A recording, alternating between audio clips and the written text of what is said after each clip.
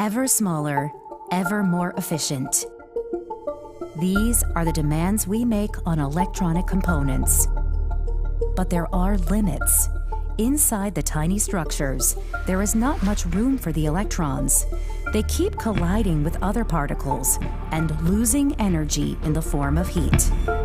It's obvious that it won't be possible to manage the large data streams of the future using conventional technology, such as electrons flowing through a wire. We need new strategies and solutions that are more energy efficient, which means avoiding such a buildup of heat and enabling a faster data rate.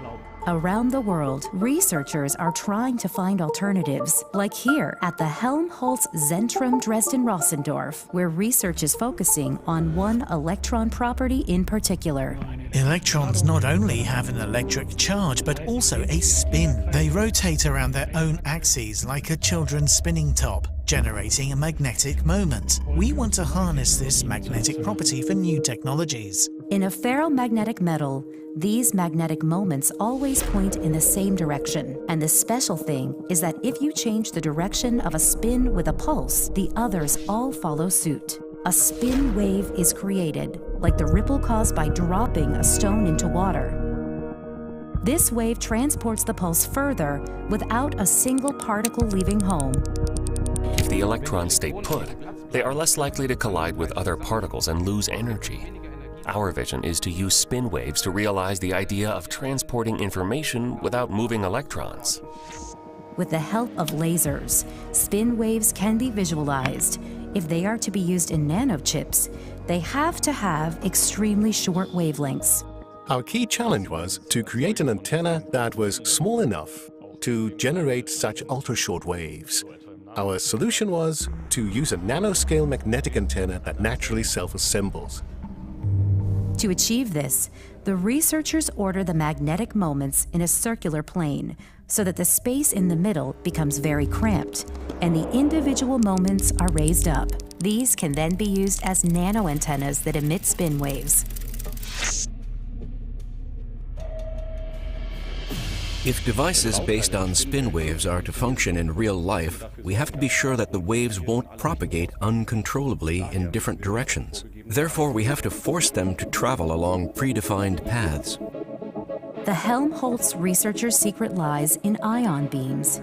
If you shoot them at a special non-magnetic alloy, the material becomes magnetized at the point of impact.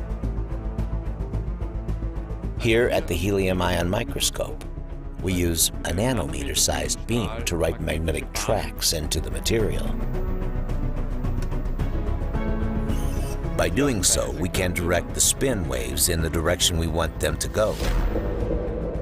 Thanks to research results like these, we can expect tomorrow's devices to perform far more efficiently, which also means that new wireless networks will be needed for the growing volumes of data.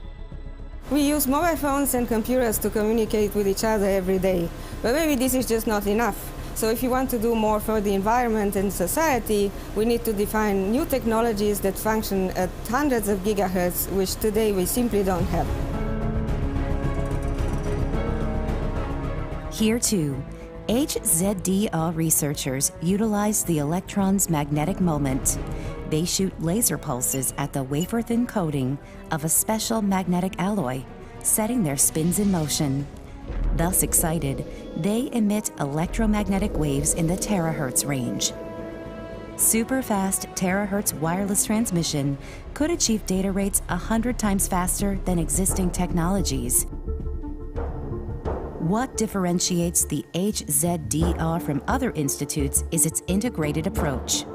Universities and other research institutions usually focus strongly on one specific aspect, such as generating and detecting spin waves or transporting the information carriers. But here at HZDR, we are able to cover the entire research field. Scientists from all over the world are working at Germany's Helmholtz Zentrum Dresden-Rossendorf on a completely new IT world. Tomorrow's technology will manage larger volumes of data and consume far less energy in the process.